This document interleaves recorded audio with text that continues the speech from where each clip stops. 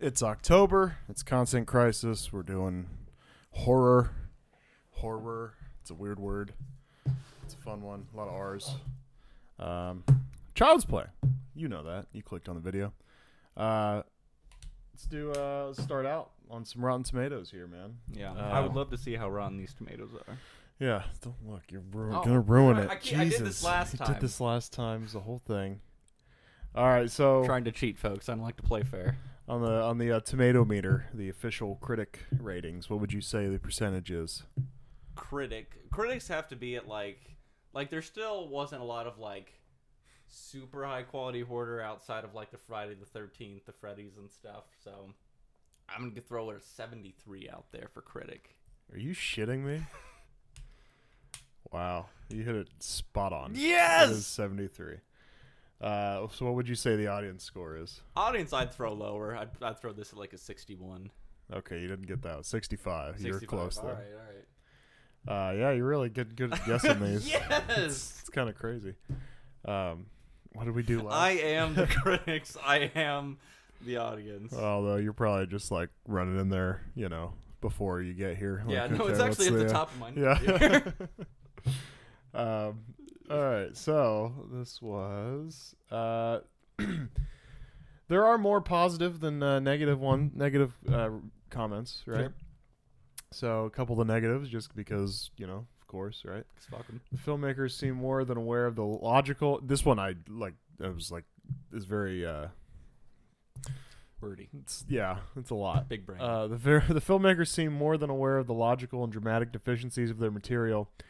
And so they flee to that last refuge of movie scoundrels, self-conscious campiness. I'm not sure what to get out of that one, to be honest with you. That person took a normal sentence and then they hit randomized on a lot of these words and just threw it back in. Making a good horror thriller or even a good horror comedy is not child's play, as this schizoid film all too unfortunately proves. Unfortunately, the screenplay by Don Mancini and John Lafia is so predictable that the jump out of your seat shocks are telegraphed far in advance. So, whatever that means. It's a little asshole. It's yeah. It's a little ass, but I see what he's going at there, though. The other ones, I'm not sure what they mean, but that one it makes a little more sense. Positives, this is about a random target's struggle to survive a predicament nobody will ever believe. The sense of isolation and futility easily overshadows any remnants of allegory still present. That guy owns a thesaurus as well. All right. So that's our, critical public reception, however, whatever you want to say there. How are you hot, cold on this movie? What are your likes, dislikes? I'm kind of in the middle, right? So it's like I think the novelty of this like really works, and especially having like seen this as a younger kid and now coming back to it as an adult, at least 15 years since I have seen this movie, right?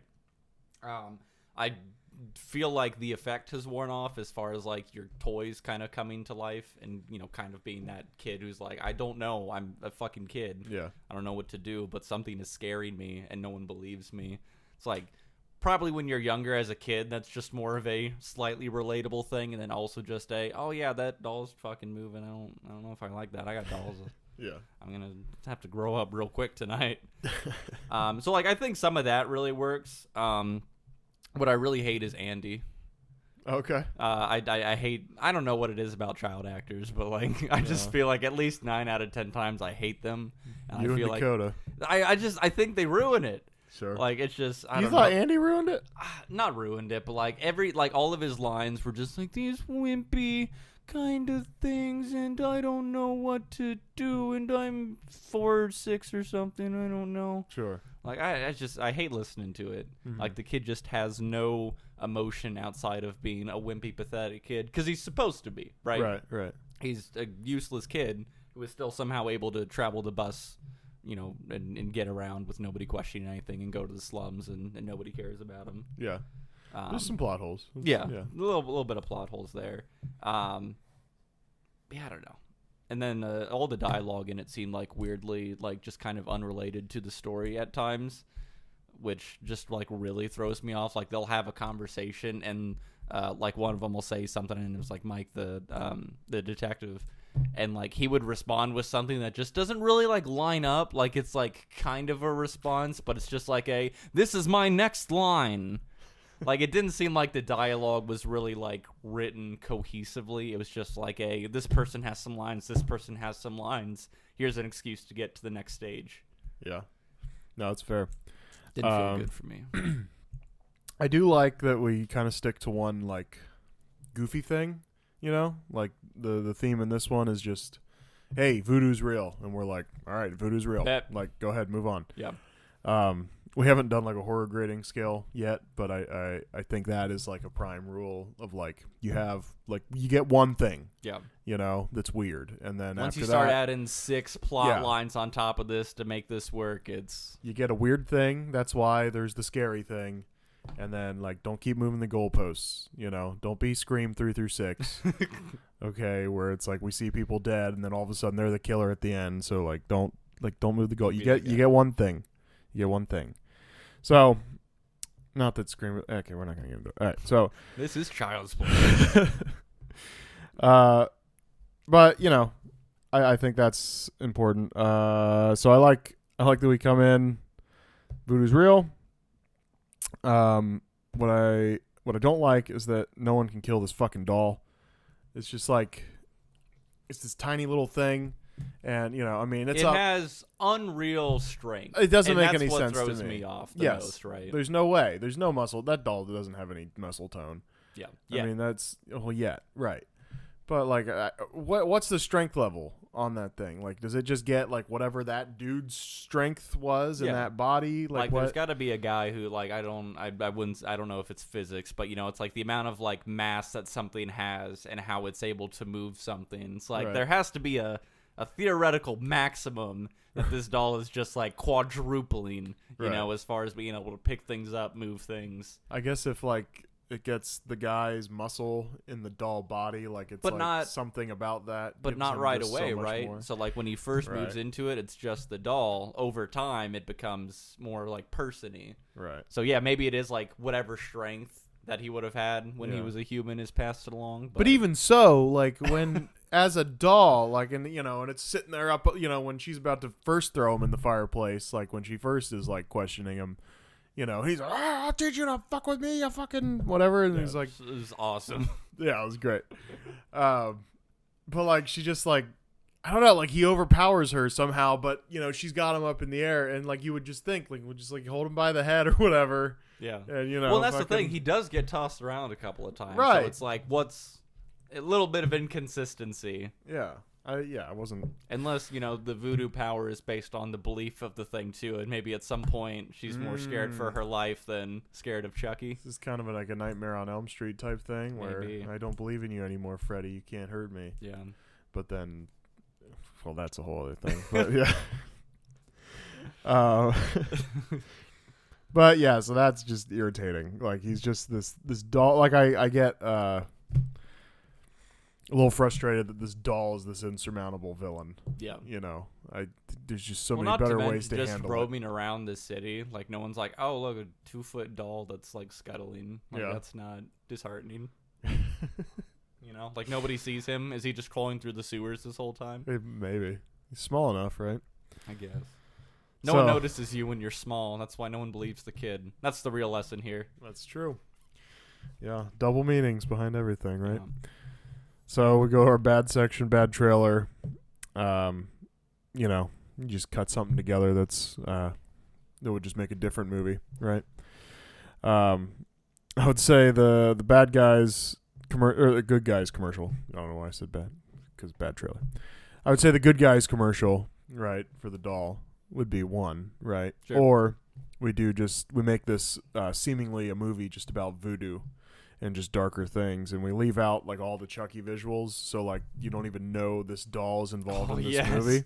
The ultimate subverted expectations. Right, so you just try to make it this super dark thing, right? Eddie Caputo's in a couple of the shots where he's like, he's running around his house with a gun, right? Because who knows, some voodoo thing, right? And then, you know, his house blowing up. John, you know, the voodoo guy, he's getting his leg broken because of the voodoo doll, but you don't see who's, you know, handling the voodoo doll. Karen discovering the apartment with all the shit on the wall, right? And then also like her almost rape scene because you just want to stick to that darker theme, and you leave out the detective saving her, right? And you maybe have some Detective Mike scenes where he's just like, what? He's that would being honestly be like a really solid misdirection of this whole thing. That is pretty good. Yes. Yeah.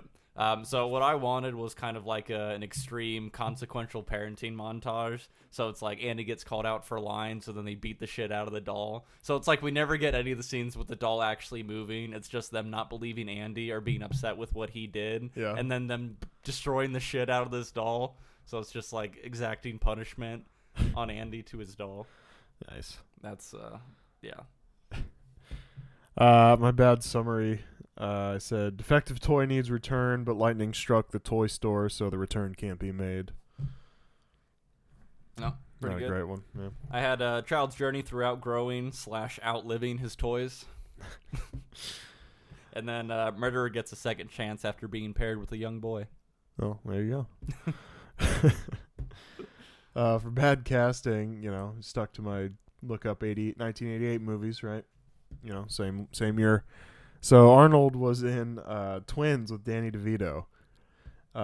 So I said, well, let's use both of them, right? So we'll get Arnold as Detective Mike, right? And then Danny DeVito, I couldn't decide which was better. Do we make him Chucky and throw the red hair on him?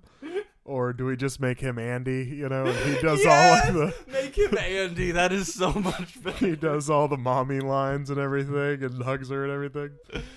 Oh, man, that is too good. He's still, like, on his stool brushing his teeth and everything. And my gosh, that is really good. Yeah. So, I had Macaulay Culkin instead of Andy, despite the age difference. That's more of, like, a good casting almost. Yeah, but, so we have to change it so it's also, like, Home Alone tactics also being employed. Oh, so sure. it's, like, more of, like, a Andy versus Chucky rather than, like, a... us trying to save Andy kind of thing. The dolls like stepping on race cars and exactly, and we stuff's can hitting like them in the face. Heavy lean into I think more of like the comedy horror aspect there. Yeah, that might actually just be a good movie. You misunderstood the assignment. That's a good casting, not a bad casting. What I had was Al Pacino, but actually just trying to be Scarface instead of Mike, just so that Mike actually has a fucking personality. Yeah. And then instead of Chucky, just Care Bear. I had to go back and do some research, but Care Bears were around in the 80s. Sure. So I feel like that would have been dig it. a little switch up. Or just Pacino doing the voice of Chucky, though. And you're like, hooah! You're like, what?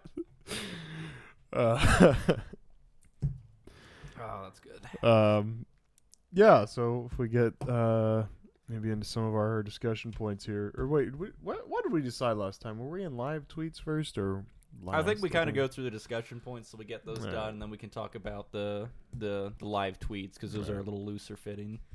So if you're Chucky, like, is this your approach? Sleeping in the house with the kid and everything, and like killing the aunt. Because I feel like if he, just kind of like escapes out the window type deal, right? Does his, revenge on Eddie. Figures out from Voodoo John that, hey, you need to go back and get the 6-year-old. Right.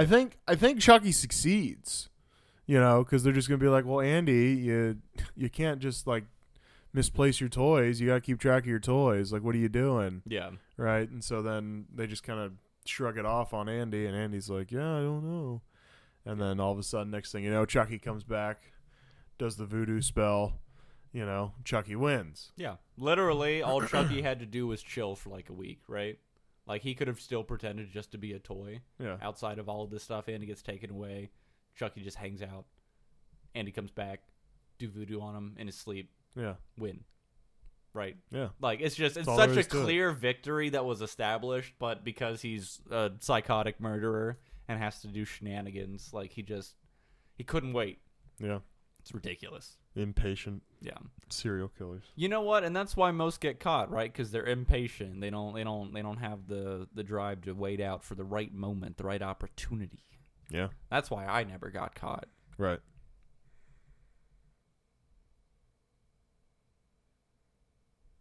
Okay, you got one. So I was kind of thinking about this. Do you think this movie could have worked as a tie-in to the Halloween movie anthology, where it's like a it's not. I hate that. It's not part of the regular one, but it's part of like here's another Halloween story kind of thing. Yeah, if they got to do that. Yeah. Oh god. I was thinking about that. I was like, this was 88, right? So it's like it kind of would have fit in for the timeline, at least after like Halloween 3. Sure. It's like if they got the opportunity to do that like anthology, like just every year, there's a new Halloween story, like this really would have fit. Yeah. I gotta say, man, maybe this is as good a time as any, but I don't think I really liked this movie that much. I mean, like, I don't know. It's that fucking the doll thing really bothers me. It's just like, you can beat this thing, you know? I don't know, man. It's not vibing with me. You know? Well, so you can't. That would disappoint me if it was part of the Halloween anthology. Logically, like it's tough to weigh a small doll that's slowly becoming a real person against a giant hulking of a man that just can't seem to die, right? Or like any of the other like classic horror movies. Like it is a very tough scale to go against, and I feel like that's why they couldn't possibly lean in that direction, right? And that's why it had to go more on the realm of like ridiculous, sure, right? Because if what year did Leprechaun come out? Do you remember that movie? Was that also like a early 90s one? But like it's something that's still in that like kind of oddball horror category. Sure. That I think like sometimes you have to lean into rather than trying to go for like your classic horror stuff, because you can't compete. 93. Okay, so yeah, 5-year difference between the two. But you know what I mean? It's like that still had like interesting concepts attached to it, and like this still had interesting concepts attached to it. It's just you can't compare it to the rest of the horror movies because those are just inherently better because they're more realistically scary, where this is just more ridiculously scary. Yeah, I see what you're saying.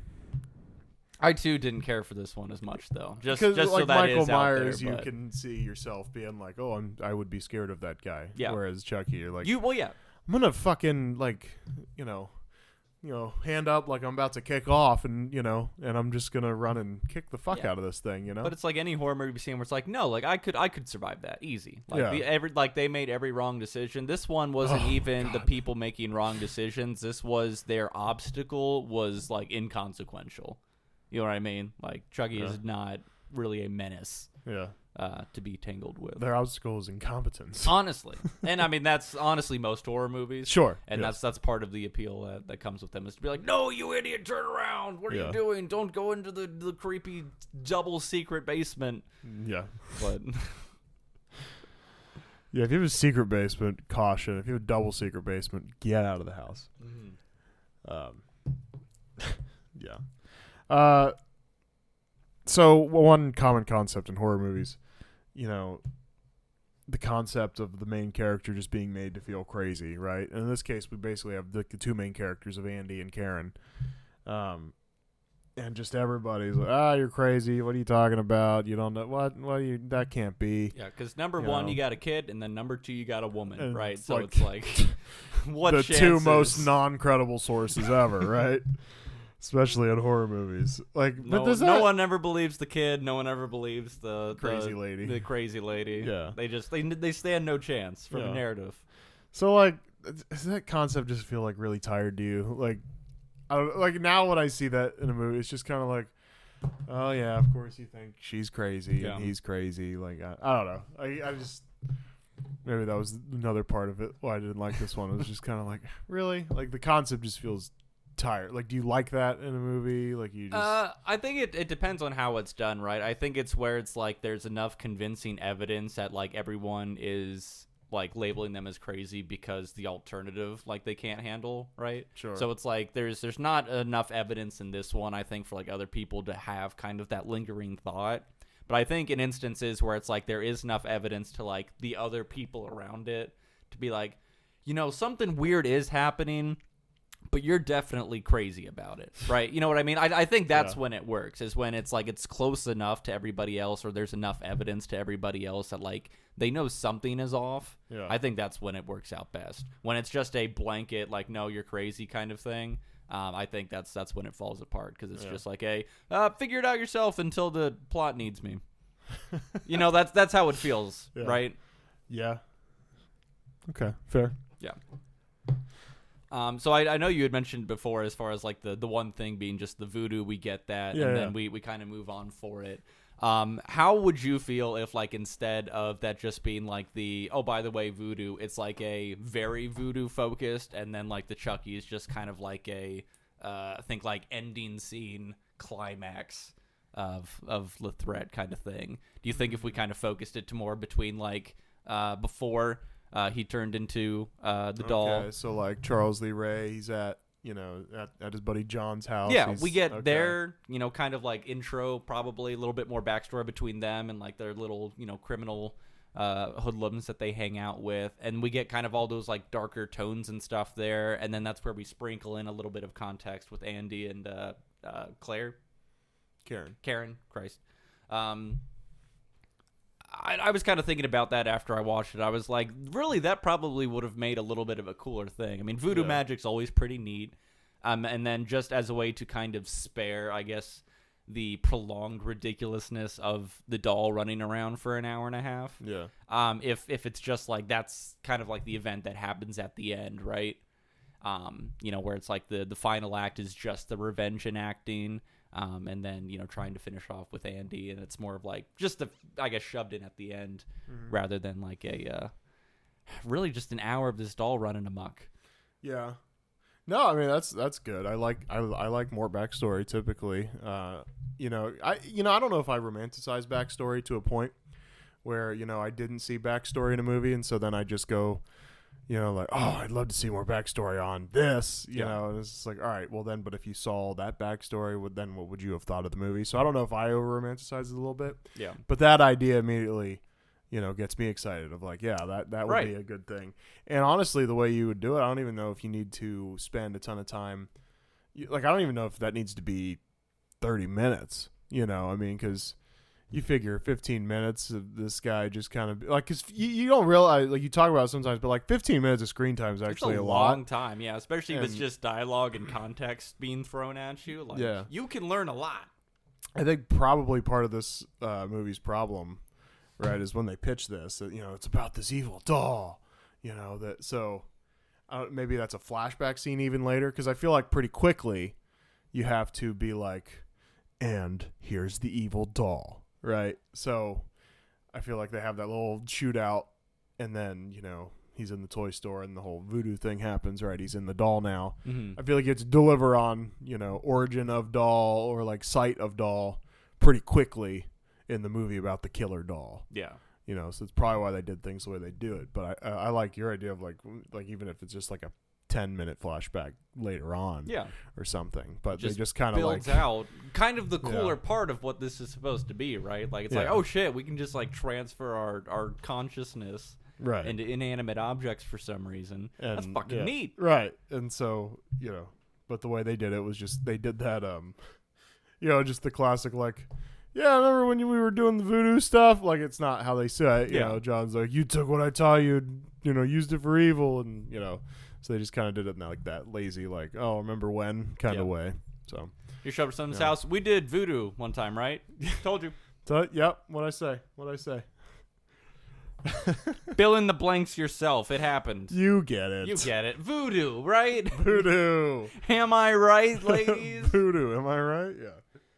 Yeah.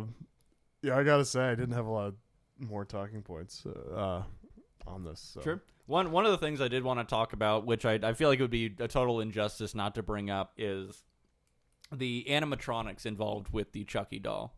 So I watched like a 10-minute video on YouTube. It was kind of like behind the scene things for them building out the doll. They got the guy from Nightmare on Elm Street, I want to say either 3 or 4, who did some of the animatronic stuff. They had like Freddy's face with some wires and stuff, and that they were controlling to make it look creepy. And they got that guy in for this movie. And they built a bunch of these dolls right? Through the various stages of like it becoming more human and on various use cases and stuff. And it was just an incredibly interesting thing for these dudes in the 80s to be like, yeah, so in the scene where like they set the doll on fire and the arms are just like flailing and stuff, they just put like a drill in there with some shit to flop it around and like pull on the arms and legs and just like set it on fire. And that was how they got like the like kind of like the tantruming kind of stuff there. Nice. And they were like, oh, in some of the scenes like we actually had like a dude just dressed up in a giant Chucky suit. So like in the all perspective, right? Yeah. So it's like and then they cut to some of those scenes, and I'm like, oh my god, like that works out so well, and I don't even actively notice that that's so different compared to like the actual doll. Yeah. But like one of the ones that is really noticeable is like when Andy's in the asylum, kind of. I call it an asylum. I don't know, but that place. He's looking out through the window, and we see Chucky kind of like climbing the stairs that are outside. That motion is like way too fluid for the dolls. So they're like, yeah, that's one of the scenes where like they wanted to show it off, so it was a person in a suit. And they had a handful of the other ones there. And then they just go through, like, 4 people are controlling the doll in most of the scenes. So, like, there's a guy who's just, like, eyes. There's a guy who's, like, just lips. And then there's a guy who's, like, the top body and the lower body. And they would just be, like, they'd have everything set up, and they would just be, like, fucking around. Mm-hmm. And then the director would be like, that looks fucking weird. Like, do that again. And then that would be stuff that they reuse in the movie. So they were, like, just playing around with this creepy-ass doll that they built to find what was creepy. And, like, they got so good at it. Like, it was just so weird to watch, that scene kind of drawn out.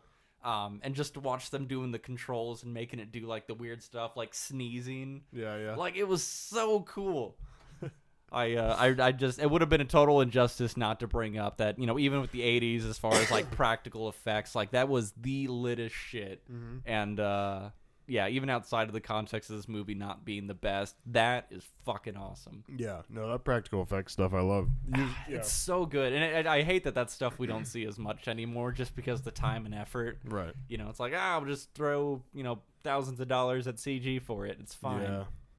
But it's so much, it's so much cooler when, you just had to work with what you had. Like, I love all that old Star Wars stuff. Yeah. The first 3. And God, it's so good. Yeah. So, yeah, I mean, just, to me, just a lot of the it's not even really a talking point. It's real. Like, I have a couple live tweets if we want to get to that. I don't know how many more talking points you got. That was kind of the last of my major one there, too. I knew this one was going to be kind of light. Yeah. So if I just run through my live tweets real quick, it's just, so in the beginning, just like, it would be funny, the alternate scene of Detective Mike just shooting Charles Lee Ray in the head, like amidst his voodoo rant, and then the movie's just about, Andy getting a doll for his birthday and he's happy. And then, like, maybe they do some, like, scary music sometimes. And then, it's just a bunch of, like, tension building for nothing. Yeah, just they build it. I think I saw an interview with Quentin Tarantino where he's talking about what's that director's name? The Birds and all that other shit. Hitchcock? Yeah. Alfred Hitchcock? A Hitchcock movie.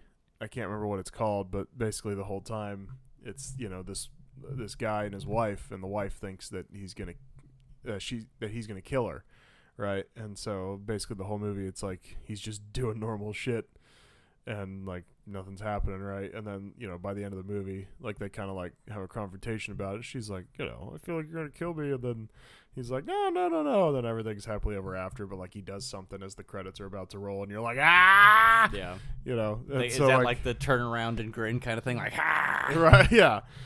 So, it'd be funny if they just kind of like made it like that. Yeah. Right. Honestly, that would be like kind of just as effective, right? All we get is kind of like the supernatural-ish, kind of tension building of like weird things happening, but like we never see the doll move. Yeah. Maybe we get like a slight head turn or something. And then it's like, it's just at the end, it's just like a. Yeah, but maybe I should have done that towards the camera. But it's like not enough, right? It's kind of like one of those like, well, now what? Yeah. I gotta wait for the sequel where the doll actually fucking does something. Yeah. But then it doesn't do anything. It's just like 8 movies where you're waiting on Chucky to move. The most boring plot. Andy's in like college now. He's still carrying around this fucking thing. Like, yeah, no, Mom, I really think it's fine. Uh, just Breakfast of Champions, of course. Why not just give your friend the money to go haggle with the homeless guy about the doll? Doesn't make a lot of sense. Yeah, obviously she's way more equipped than you are to haggle, so. 100% Andy thought Andy was going to get shot. She's pretty calm for having almost been raped. Like, she just, like, goes right back into, like, talking about, there's no, like, moment of, like, whoa, thanks, that was close. Like, no, she's just right back to, like, yelling at this cop about bad police work. Jeez.